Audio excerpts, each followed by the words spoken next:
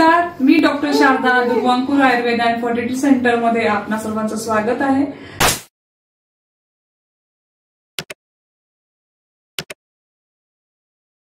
आज माझी पेशंट ऋतुजा आणि तिचे पती सागर भोसले आणि तिच्या सासूबाई आणि तिचं छोटं बाळ स्वामी आज आपल्याला भेटायला आलेले आहेत. तर ऋतुजाचा मुद्दाम मी व्हिडिओ घेतला नव्हता कारण त्याची हिस्ट्री खूप बॅड होती. म्हटलं आपण बाळ झाल्यानंतर नक्की घेऊया. ऋतुजा सागर भोसले. माझ्या लग्नाला 6 वर्ष पूर्ण झाले होते, पण अजून काही मला प्रेग्नन्सी राहायची, पण मिसकॅरेज 4 वेळेस मिसकॅरेज झाले होते. त्याच्यामुळे पूर्ण आम्ही आशा हारलो होतो की आता होते नाही होते. बरंच फिरलो, खूप फिरलो तिकडे तिकडे दवाखान्यात, पण कुठेच फरक नाही पडला. पण इथे दुर्वांकूर मध्ये आम्हाला रिझल्ट आला. सागर, तुम्ही काय सांगाल? मला वाटतं की तुझी लॅप्रोस्कोपी पण झाली होती ना? ट्यूब हिस्ट्रोस्कोपी झाली, हिस्ट्रोस्कोपी आणि ट्यूब ब्लॉक पण ट्यूब ब्लॉक होते.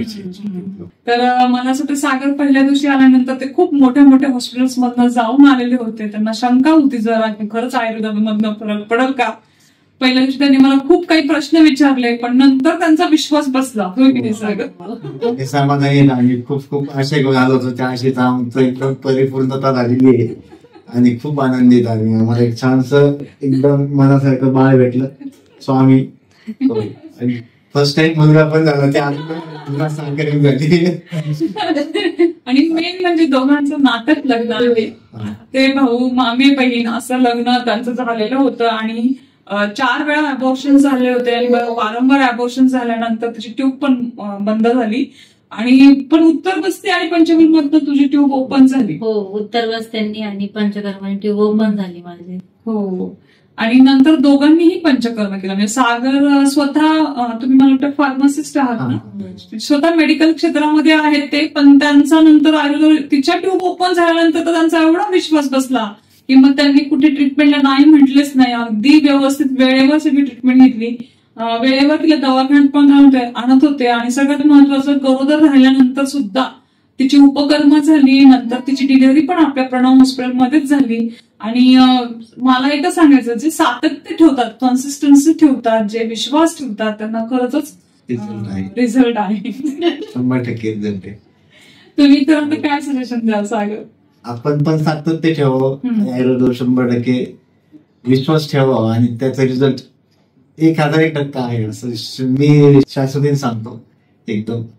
आणि तुम्हाला असं वाटतं का पूर्वी आपण इथेच आलो असं तर बरं झालं असतं, एवढे वर्ष वाया गेले नसते? हो, आम्हाला म्हणजे फार त्रास झाला. म्हणजे आम्ही नगरला 3 डॉक्टरांकडे गेलो होतो. त्यानंतर पुण्याला पण एक जेनेटिकॉलॉजिस्ट आहेत, त्यांच्याकडे पण गेलो होतो. तिथं त्यांनी आम्ही भरपूर म्हणजे आमचे पैसे काय ट्रीटमेंटला, अजून चेकअपला, लॅबला गेले भरपूर पैसे. पण ते म्हणले त्यात काय कुठंच काही नाहीये.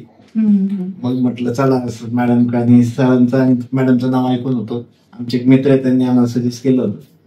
आणि नंतर आम्ही मग मॅडम जसं म्हणतील त्या पद्धतीने आम्ही पूर्ण ट्रीटमेंट घेतली आणि त्याचा रिझल्ट खूप छान.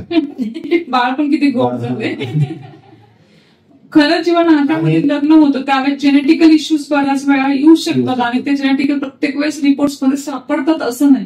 परंतु जेव्हा आपण पंचकर्म करतो दुर्वांकूर आयुर्वेद रिसर्च बेस, त्यावेळेस तुमचं सगळं जेनेटिकल इश्यूज असू द्या किंवा तुमचे क्रोमोझोमल ॲबनॉर्मॅलिटीज असू द्या किंवा कुठलं टॉक्सचं इन्फेक्शन असू द्या, ते इन्फेक्शन सगळं डिटॉक्स होऊन जातं, नवीन सेल्स निर्मिती होते. त्याचा आम्हाला अजून त्याला कसं कोणत्याही प्रकारचं दुःख नाही, सर्दी नाही, खोकला नाही, ताप नाही, काय नाही, एकदम हेल्दी आहे, एकदम छान आहे. उपकर्माचा फायदा सगळं माणूस देतो ना. 4.5 महिन्यांचा आहे पण त्याला अक्षरशः टाळू सुद्धा नाहीये. म्हणजे बोन्स इतके छान स्ट्रॉंग आहेत आणि एकही ऍलोपॅथिक गोळी मी त्याला म्हणजे रासायनिक गोळी वापरली नव्हती. आपण त्याला सगळं प्युअर आयुर्वेद त्याला दिलं होतं. फक्त आपण प्रणव हॉस्पिटलचा सपोर्ट डिलिव्हरीसाठी घेत असतो आणि तो घ्यायलाच पाहिजे, कारण की डिलिव्हरी करणं, सिझेरियन करणं ह्या गोष्टींना तर आपल्याला त्याचा सपोर्ट घेणं गरजेचं असतं. परंतु बाळ सगळं प्युअर आहे, प्युअर आहे आहे स्वामी. तर खूप खूप धन्यवाद, तुम्ही इथं आलात आणि तुम्ही मेन आयुर्वेदावर विश्वास ठेवला त्याबद्दल.